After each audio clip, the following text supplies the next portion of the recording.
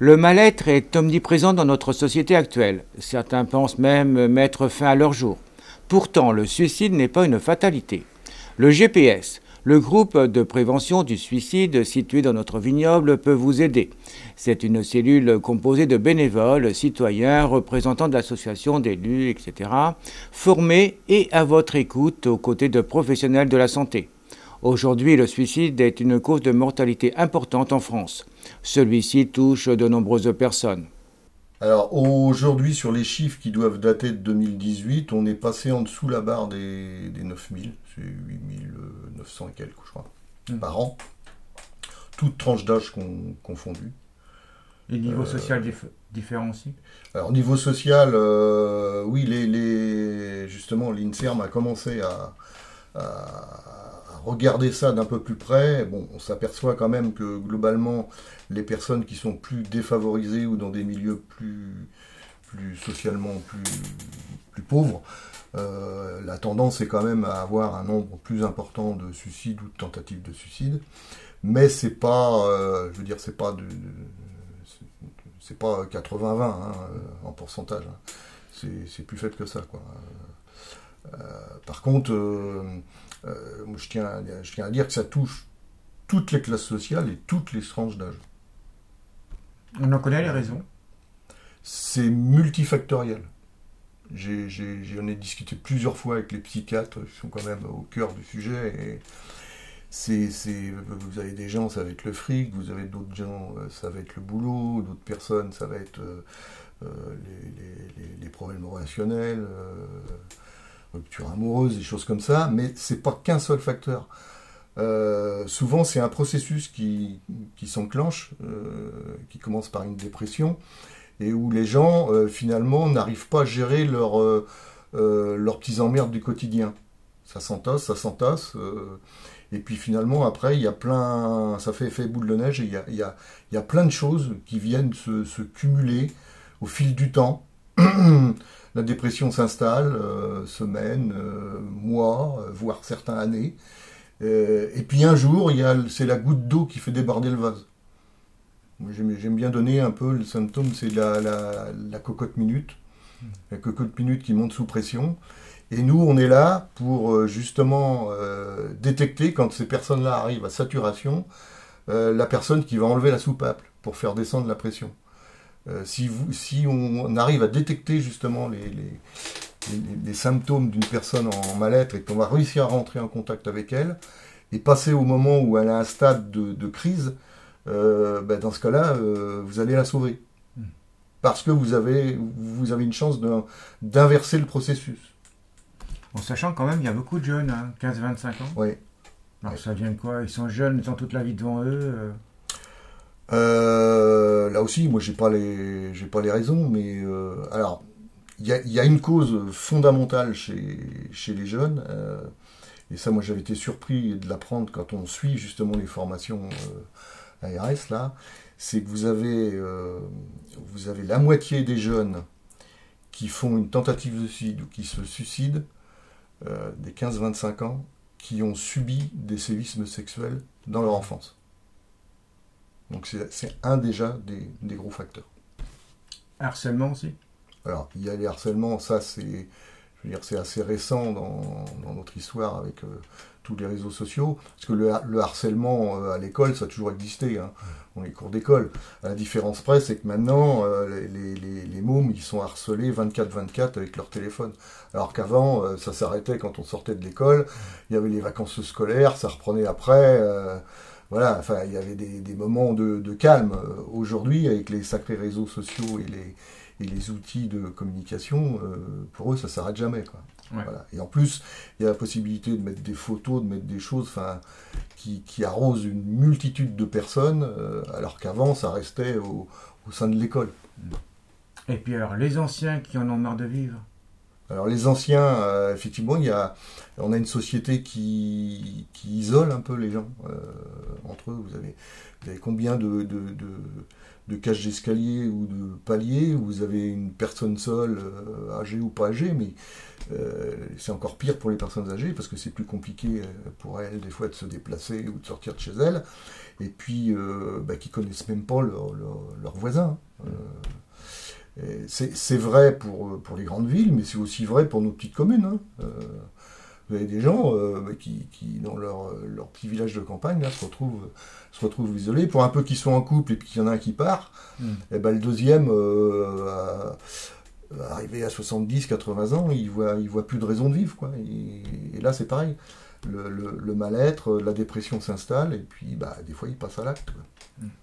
Alors, pour les aider, vous avez créé Prévention Suicide. Alors, qui êtes-vous donc? Alors, pour les aider, je dirais, nous, on est plutôt parti sur les jeunes, parce qu'à l'époque, je vous avais dit, j'étais élu avec des collègues qui appartenaient à la commission des affaires sociales de la communauté de communes de Valette de l'époque, et on a été touchés par des jeunes qui se sont suicidés, et par beaucoup de tentatives de suicide autour de nos connaissances. Voilà.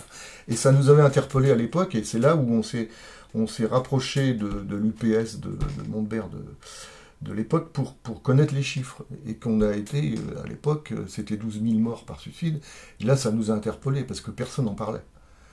Et on s'est dit, plutôt que de faire de la formation, répéter nos actions de formation auprès des jeunes, sur l'alcool, sur les drogues, sur les MST, on s'est dit peut-être qu'on pourrait aussi parler du suicide, parce que c'est quand même, quand on regarde les chiffres, c'était dément de voir des chiffres aussi importants sans que personne n'en parle. C'est de là qu'est partie l'histoire.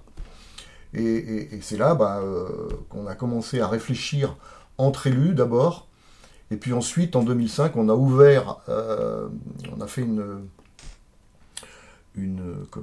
réunion ouverte à tout public au Palais, où on a eu un peu plus d'une centaine de personnes, et là on s'est rendu compte aussi que ça touchait quand même pas mal de monde, et qu'il y avait pas mal de personnes qui s'intéressaient au sujet, au travers de leur histoire pour certains, mais d'autres où effectivement, en voyant les chiffres, c'était un peu une histoire de santé communautaire, quoi. Voilà. Et là, on s'est retrouvé vite fait à 20-25 personnes volontaires pour travailler sur le sujet. Et là, du coup, on a avec l'aide toujours de l'UPS, là, de Montbert, on a essayé de se structurer et de savoir ce qu'on voulait faire et comment on voulait s'y prendre. Et donc, il en résulte 3 axes principaux. Voilà, donc il en résulte le premier axe qui a été déterminé dès le début, ça, c'est de dire on va, au travers d'une charte éthique qu'on s'est construit ensemble, on s'est inspiré de la charte d'éthique de l'UPS, de l'Union nationale de prévention du suicide, et par rapport à cette charte d'éthique, on a commencé à mettre en place des actions de formation pour tous les volontaires ou tous les bénévoles qui voulaient s'intéresser au sujet, qu'ils aient un minimum de connaissances sur ce qu'est une crise suicidaire et des situations de mal-être. Ouais, c'est bien pour détecter, en fin de compte, ce qui peut permettre d'aller jusqu'au suicide et de l'éviter, bien sûr. Voilà. Et c'est d'où le terme sentinelle. Des gens qui ont l'oreille, qui ont l'écoute pour justement détecter. Et aujourd'hui, on est rendu, donc depuis les premières formations ont eu lieu en 2005, et la dernière a eu lieu là, cette année, en début d'année. On est rendu à presque 300 sentinelles formées là. Sur l'ensemble maintenant des 2 territoires que sont le Roux et Valette, quoi. Alors, hors sentinelles formées par vous, si on détecte nous-mêmes des personnes qui sont en mal-être, que doit-on faire? Là, c'est éventuellement nous aider. Soit vous passez par le GPS, et nous on a notre réseau, on a des conseils pour vous orienter et vous aider pour que cette personne-là soit prise en charge. Parce que je tiens à préciser, on ne rentre pas au GPS pour faire de la médecine. On n'est pas médecin, pas notre boulot. Au contraire, on s'assure que la personne est déjà prise en charge par le système de santé classique, généraliste, psychiatre, psychologue. Nous, on n'est pas là pour remplacer ça. On est là pour accompagner et aider pour que la personne, en parallèle du système de santé, malheureusement, le système aujourd'hui de la psychiatrie française, c'est plutôt le parent pauvre. Et pour avoir un rendez-vous avec un psychiatre, c'est des semaines, si c'est pas des mois des fois.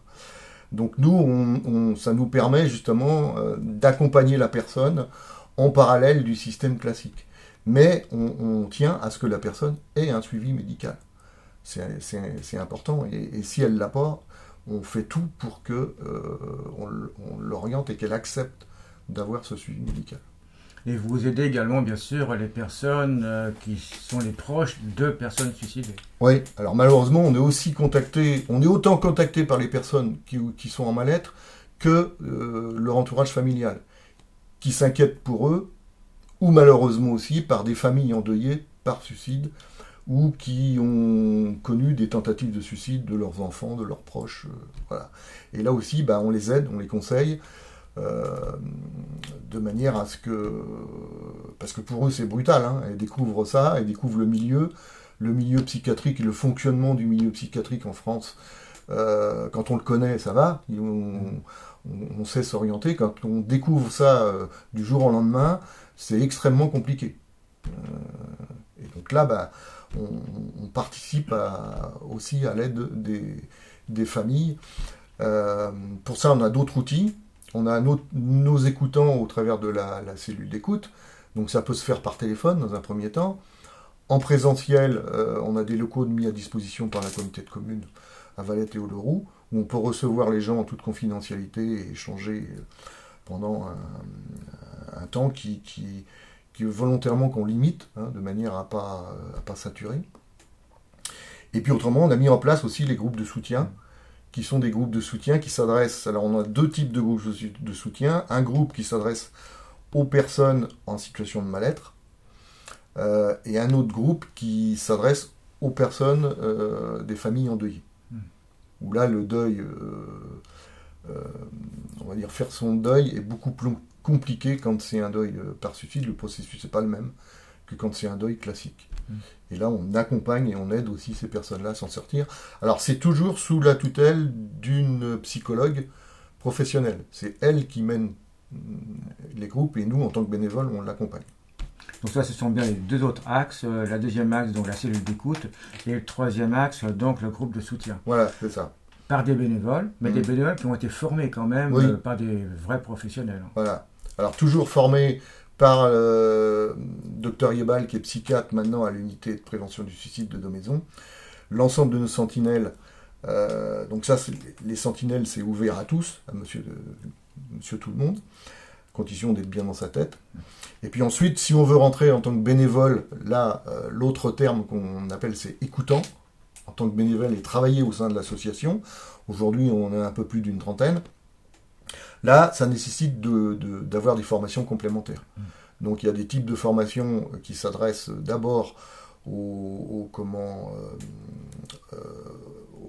personnes endeuillées. Alors c'est une petite formation d'une journée, mais qui justement nous apprend le processus de deuil et nous apprend à rentrer en contact et pouvoir communiquer avec les personnes qui ont subi un deuil par suicide.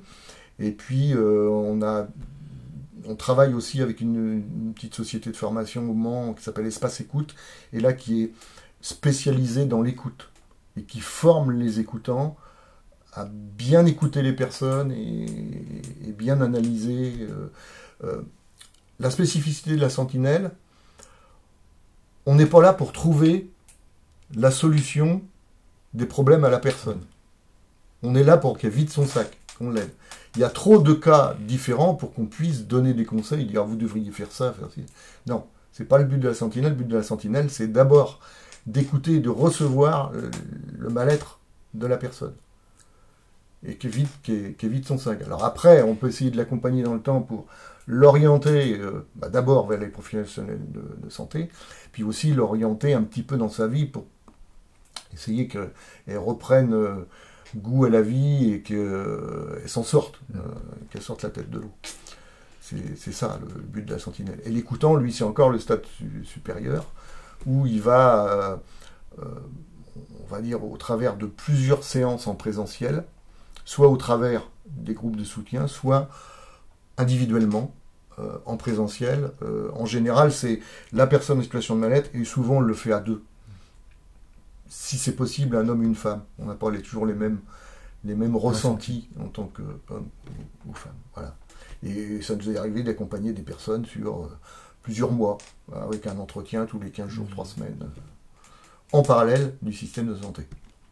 Alors bien sûr, c'est pas réservé à la communauté de communes de Valette. Ceux de Clisson peuvent venir nous voir aussi. Voilà. C'est-à-dire que on se limite au vignoble, parce qu'on ne veut pas être débordé non plus, on n'est qu'une trentaine, donc on a commencé que sur la communauté de communes de Valette de l'époque. Les 2 communautés de communes ayant fusionné, et le Leroux nous avait déjà contactés parce qu'ils avaient vu ce qu'on faisait et comment on travaillait. Et finalement, on a créé un GPS à l'ensemble de la communauté de communes Sèvres-et-Loire pour accompagner l'ensemble de ce territoire. Et puis ensuite, Clisson aussi est venu nous interpeller, nous aider. On a des sentinelles qui sont aussi formées sur Clisson. Il doit y avoir aujourd'hui une 20aine de personnes sur l'ensemble de la communauté d'agglo de Clisson qui sont sentinelles et qui sont déjà sur ce territoire. Et pour finir, est-ce que vous auriez un dernier conseil pour les gens qui aimeraient se suicider? Qu'est-ce que vous leur diriez? Appelez-nous. Faites composer le 02 40 36 27 52. Et là, vous avez une personne qui ne va pas vous répondre tout de suite, puisque nous, on ne fonctionne pas comme les structures qui font du 24-24 où il y a une personne au téléphone qui va répondre. On n'est pas suffisamment nombreux pour faire ça. Par contre,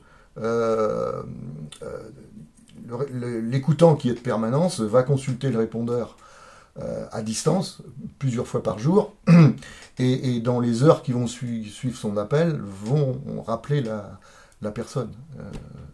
Et là, c'est important que justement les gens fassent la démarche, même s'ils ne sont pas bien dans leur tête, qu'ils fassent la démarche de nous appeler avant. Il y a une chance qu'après, on arrive à les aider et les sortir de leur situation de mal-être. Oui, il y a des solutions autres que le suicide. Bien sûr. La prévention du suicide est l'affaire de tous. Ensemble, agissons. N'hésitez pas à appeler le GPS, le groupe Prévention du suicide, au 02 40 46 27 52.